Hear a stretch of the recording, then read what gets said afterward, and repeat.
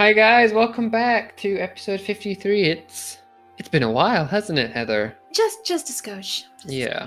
Yeah. I mean, we had our reasons, like you said. I might explain now. So if you want to know, listen in now. If you don't, skip ahead maybe 20 or 30 seconds. But we had our little break because I finally found an apartment with my partner. We're moving this week, so there's been a lot of packing and planning and quitting my old job.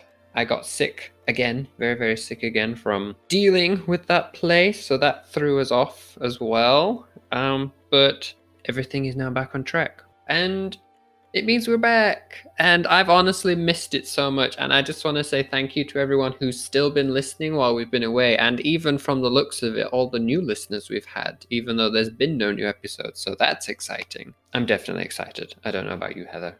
I am thrilled. Honestly, my biggest thing is I'm thrilled that you're doing so well and you're feeling so relaxed and happy. And also we're back recording together. Thomas and I stayed in touch the whole time. So, I kept an ear out for him and he helped me out with a few things as well. So, and then everyone, the lovely thing is coming back and seeing the listeners. Thank you so much. It really means so much to us, especially we were both worried, but we also knew that our health and our mental well-being really is the most important thing. So thank you for letting us take care of that. And we're so happy to be back. So today, I know all those weeks ago, our podcast is consistently inconsistent. If you're a long-time listener, you'll know that by now. We were going to do the first Emperor of Japan, but this is our first week back. We want to get back into the swing of it. So we're going to do something like quick and easy just so we can get back into the, what am I trying to say, Heather? Back into the rhythm? Back into the rhythm, yeah. I also want to quickly say I'm not sure about my sound quality today because most of my stuff's packed up. I feel like my room's more echoey than usual. So if the sound quality this week is not as good as usual, blame the packing. I'm sat in a practically empty room at this point. So today we're going to do some folk tales. I found these. They originally came from something called the Folklore Record from 1878. So these are quite old folk tales. I haven't come across them in my library. So the first one, Heather, is called The Bewitched Tea Kettle. Are you ready? Yes, I am super excited to hear this one. So the Bewitched Tea Kettle goes as follows. Mukashi mukashi.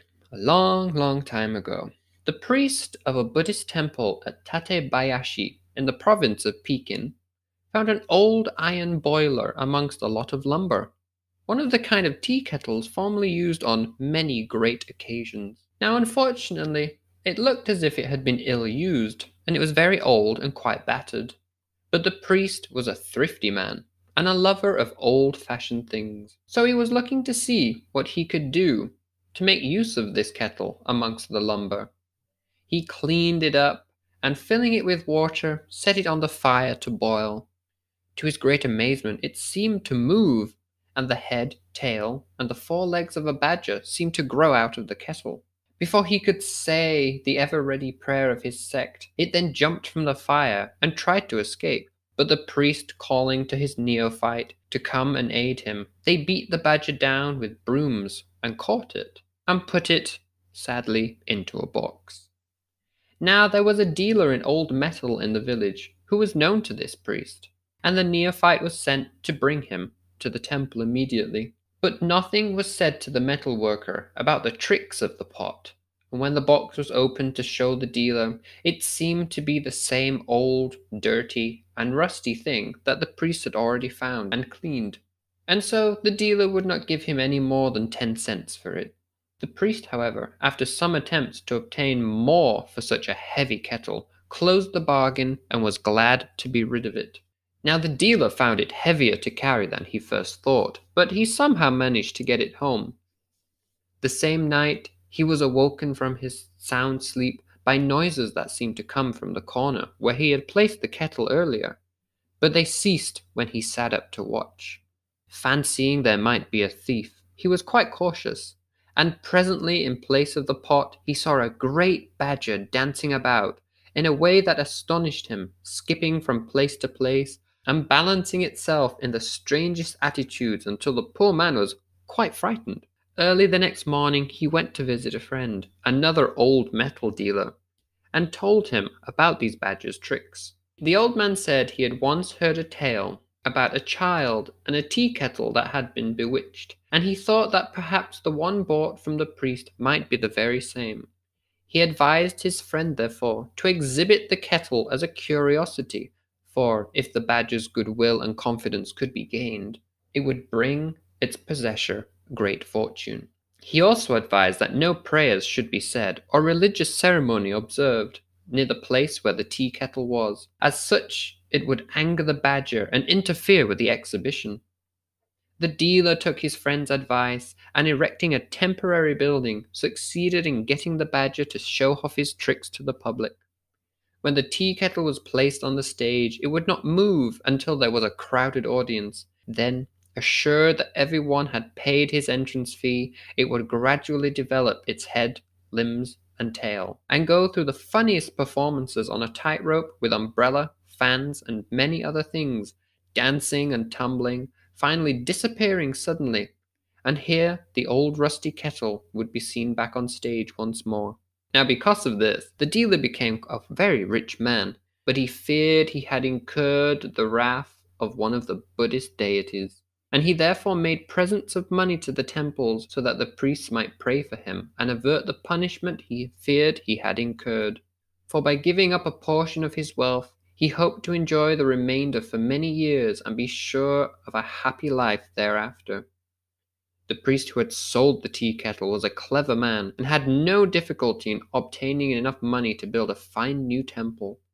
The dealer, believing he was thus making the road easy for himself into the next world, there was a special place built for the tea kettle. It was canonized and named the Great Enlightened Spirit of Bumbuku, and can still be seen to this day. And there is the first folk tale for today. A strange little tale of a tea kettle that was also a badger. Now, I feel that, as an aside, like, they have translated tanuki here as a badger, and as we know like, in case the listeners don't, the tanuki are known in folklore as tricksters, but also shapeshifters. I wish they'd kept the tanuki because I was wearing badger. It's like, are there badgers in Japan? I was sitting here trying to think about that, but tanuki makes more sense. I think it goes again back to these old tales. They translate it strangely, whereas these days we don't translate tanuki because we associate that word as being a specific type of creature that lives in Japan. But in the olden days, they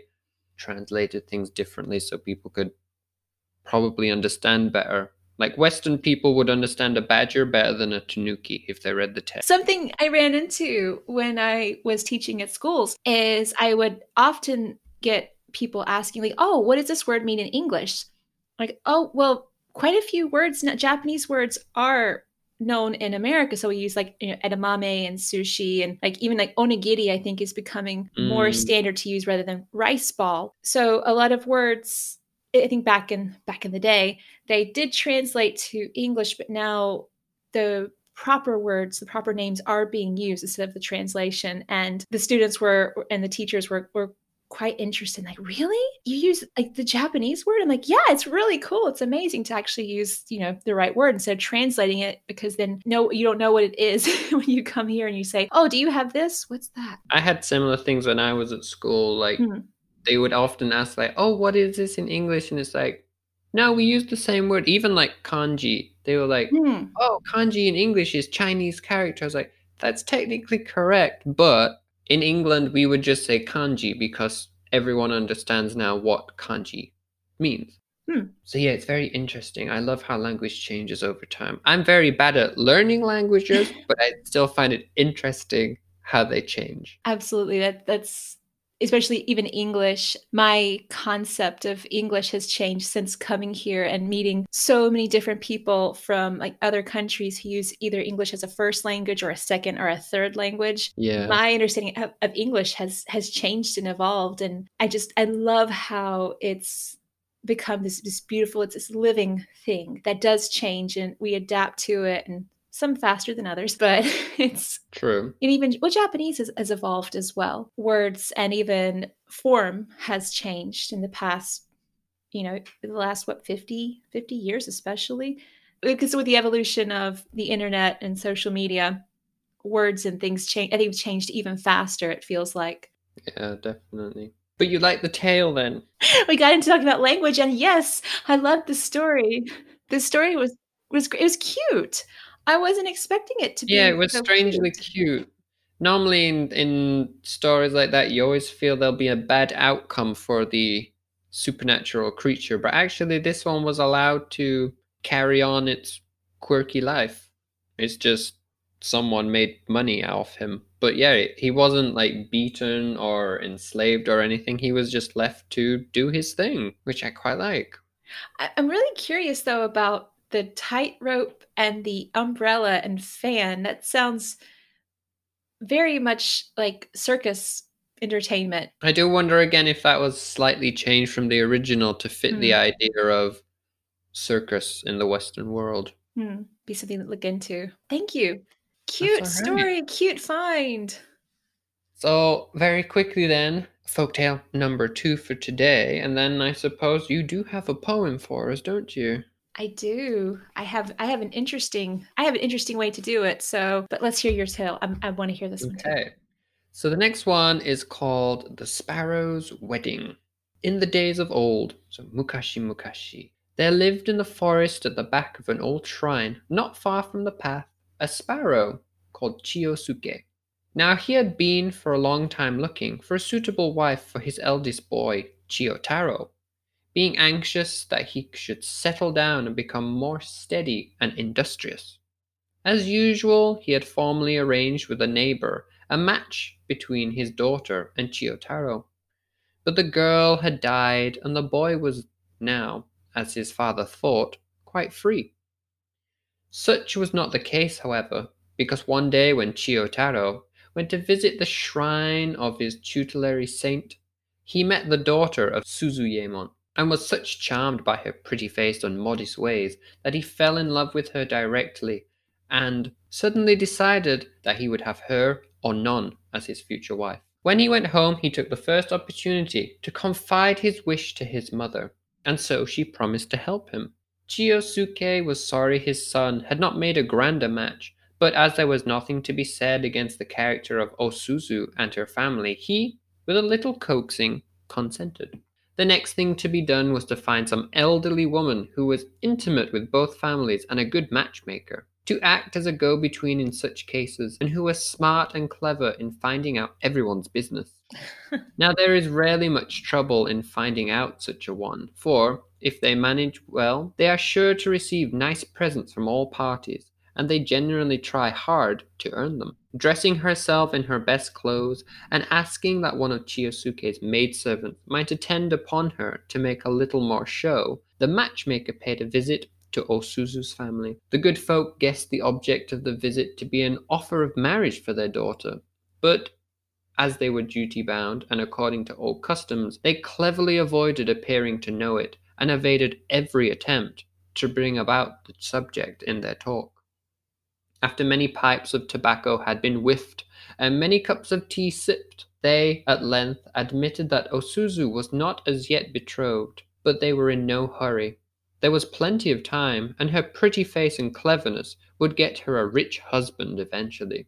The matchmaker hinted that Chiyosuke's son would be a very good match for them. He was rich, handsome, and clever, not any worse than any of the other young men. She pressed her point and finally obtained the consent of Osuzu's friends to return to Chiyosuke and arrange for a formal meeting of the two families. Elated with her success, she commenced in earnest, and the result was that in a few days the middlemen or witnesses were appointed. The bridal gifts were chosen by the bridegroom, amongst other things a beautiful girdle, a bunch of white fibre, fish, and wine. In return, the bride's family sent him a complete dress for the ceremony. They also sent him wine. And on the day of the wedding, her bridal outfit would be sent to her future home. A lucky day was now chosen for Osuzu to leave her home, to go to her future one. Chiyotaro's friends and neighbors met at his house on the evening of the happy day with their paper lanterns, which they lighted to go to meet the bride and her friends. When the chair in which Osuzu was carried arrived at her new home, she was lifted out of it and carried into the house with a great fuss, for it was not lucky to allow the bride to walk in for the first time, lest she should touch with her feet certain places, and that would be a very bad omen. She was first taken to the Buddha shelf, the family shrine, and the shelf of the gods, as well as other places, to kneel before them and pray to be admitted into the family, and for prosperity to her new home. She, at the time, still wearing her beautiful new silk dress and the veil of floss silk over her head. This is very much a Western wedding, I feel, reading this one. Mm. Then she was led to her best room, where a grand feast was spread out and seated beside Chiyotaro. They drank wine from the same cup, whilst the friends clapped their hands and congratulated them. She was then led to a side room, and her robes were changed for a beautiful bright-colored crepe dress and a gold brocade girdle. During the feast, her robes were changed several times to exhibit to admiring friends the extent of her wardrobe, and by the time daylight was dawning, everyone had feasted so heartily that they were now all asleep. This was said to be the grandest wedding known in the forest for many long years. Chiyotaro was a good, kind husband, and he and Osuzu were happy and prospered, living to a good old age. And that is the story of the Sparrows' wedding. Now, like I said when I kind of intruded into the story, they very much changed the style of the Japanese wedding to fit the idea of a Western one here with the veil and the girdles and the dresses. Yeah, I think I'm wondering if the veil is referring to, I know there's like this kind of white sort of hat that covers the Hmm, bride's hair and head. And also, I was told that that hat is supposed to hide the horns, which is traditionally why it's worn, so that the husband doesn't see the horns until after they get married, which I'm not. We'll talk about Japanese weddings at another point, but that was an that interesting. would be very interesting to talk about. Yeah, I have opinions anyway. Well, her name was Susume. Suzu. Suzu. Oh, so yeah, I was wondering like why Sparrow's wedding, but Sparrow in Japanese is Suzume. So her name is similar, I guess, to Sparrow. But I was reading this, and towards the end, I was like, why is it called the Sparrow's Wedding? I was like, yes, Suzu is the name, but also when we did start the story, it did say that in the forest lived a sparrow Hmm. called Chiyosuke. So, in a Ah. weird, have you ever read the Red Wall books in Oh your youth? yes. Yes, I love them. It's kind of like that. This is literally a story of animals, but it's strange. You gotta imagine the animals wearing clothing. Like these aren't actually humans in the story. It specifically says that these are birds that live in the forest. Hmm. So it's quite different to the stories we've read before. Like Hmm. normally the creatures turn into humans and wear clothes, but in this one it's very much implying that they are still birds flying Hmm. around the forest, but they also dress in little human outfits. Feel like I have seen a children's book, like a Japanese children's book that is similar. I don't know if it's the same story, but I believe I've seen it before and I can't place where I've seen it. But it described like the Japanese wedding ceremony because the ceremony now is has more elements of Western and Japanese Buddhism, Shinto type elements. So it's a very Right. interesting style, and it has like some traditional elements, but it's definitely modern. So the previous like Japanese weddings were this like they lasted several days. I think they just ate. That whole being carried across the floor, so not touching anything. I'm really interested in that. Like, why? I wonder why. And if that was like a traditional idea or if it was kind of more modern. And it's not that way now that I know of. Yeah. But I do like this story because, especially when you talk about like it's coming from the perspective of animals, I think that's really adorable, but also gives a kind of a glimpse into like some of Japanese culture. Yeah, I think so. I like that. That's a neat find. I definitely like that one because it is quite different to what we've seen before. It's not a lot of action going on. No, it wasn't an action heavy one. It was just a simple tale about how a bird married the other bird that he fell in love with. So it's quite cute in a way. It feels like a nighttime story. Like you would tell this to your children, like you're tucking them into bed at night and like, here, let's read the story about the Yeah. sparrow who's getting married. It's very soothing. Hmm. Well, there you go. That's my 2 stories for today. As we get back into the swing of things. So, handing over to you then, Heather, what do you have for me today? Well, for me and the listeners today. Well, I'm going to mix things up a little bit because we're getting back into the swing of things. And honestly, for me too, trying to get my mind back into recording has been really interesting. So I wanted to stick with the Senryū book, but I didn't pick a Senryū today. I want you to pick it. I'm just going to give you page numbers. And then I'm going to give you like the number between like 1 and 3, because sometimes there's 2 to 3 Senryū on a page. And that's the one I'm going to pick. Okay. So a little bit kind of creative way to pick a Senryū. So I don't know what I'm reading. You don't know what I'm reading, but you're going to tell me. Okay. Is that all right? That sounds good to me. Okay, so between 59 and 230, please pick a page number. 87. 87. Okay. 1, 2, or 3? Let's go with the first one. Okay.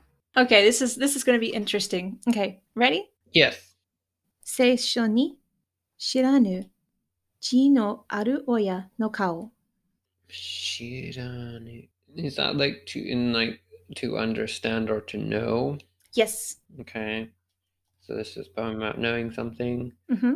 And cow is jaw, isn't it? Oh no, the face. Yeah. So knowing something about someone's face? And I bet you know this word, oya. I do, but it escapes me right now and it's annoying me. Okay, well, I'll give you the translation, and you'll know this word when I say it. In the fair copy, there's a character he doesn't know, the father's face. So the description of this, the boy is showing the father his fair copy, which I believe is like Japanese students will practice kanji on these really thin pieces of paper with like the calligraphy brush and ink. So this really thin paper. So he's brought home, I guess it's called a fair copy. That's how they've translated it. And the father is reading it aloud. Suddenly, he comes to a Chinese character which he can't read, and the expression on his face changes. So it's very much although it doesn't really say what the face changes to, whether it's misunderstanding or confusion or disappointment because he wrote the kanji wrong. So I guess you could this poem is left to your own interpretation of what emotion the father is showing. So I guess the poem would reflect more on your mindset, which is quite interesting. I was kind of thinking too, it could be interpreted that the father, like he doesn't know this kanji, so or he's forgotten it because I know this has happened to the professor before, where he was writing something. He's like, oh, I forgot that kanji. Let's look it up real quick. And that happens so many times. So many Japanese people forget the kanji, especially because you're using cell phones now and you're not writing them. And when you learned kanji as a student, some of them you generally don't use so much in everyday life. So it's super easy to forget them. So perhaps he did learn it in his time as a student, but then he totally forgot. Oh, I forgot this kanji. Or, oh, wait, I wasn't paying attention in school that day. I like that interpretation as well. Gives it a little more humorous kind of twist there. It does. Well, thank you for the poem today. I like being able to randomly choose it. Oh, yay. Good. I came up with this idea. I was like, I could look for something, but no, it's so hard to choose because there's so many different ones. And there's some of them I probably wouldn't choose. So for someone else to take that away from me is sometimes a relief. I see. Fair enough. And we touch on a lot of like Japanese culture that we might not otherwise. And I was kind of hoping we'd get one with a wedding to match up with the Sparrows wedding, but that was a long shot. Yeah, that was a long shot. That was a long shot. But thank you for the poem, and I'm so glad we're back doing this again properly. Yay! Me too. Is it time to sign out then? Oh gosh, I guess so. All good things must come to an end. Well, guys, thank you for tuning in this week, and thank you for waiting patiently for us. Let's do the socials and the website, even though, because I have been sick and very busy, they have been asleep all this time, but I suppose it's time to wake them up again. So the show notes will be up on the website at Japan Archives Podcast. I don't remember either. So yeah, if you want to find the show notes, you can find those up on japanarchivespodcast.com. I'll probably aim to get those up the start of next week as I need to finish moving this week. If you want to follow us on Facebook and Twitter, that's at Japan Archives. And if you want to see a few of the places I've explored in Japan, you can follow my Instagram at nexus_travels, NEXUS_travels. I think that's everything from me, though, for this week. Next week will be the first emperor. Don't you worry. We have the research. But yeah, that's everything from me. What about you, Heather? I don't know if there's anything I should say in particular. Should I say anything in particular? Could say goodbye. Thomas, I think what you said was perfect. So I'm just going to say thank you so much for tuning in, everyone. And we are looking forward to giving you another podcast next week. We have our fingers crossed, our arms crossed, every eyes, I can't cross my eyes, but we're going to do our best to come back to you guys next week. All right, guys. Thanks again for tuning in. And we'll see you next week. Mata ne. 皆さん気をつけて。またね。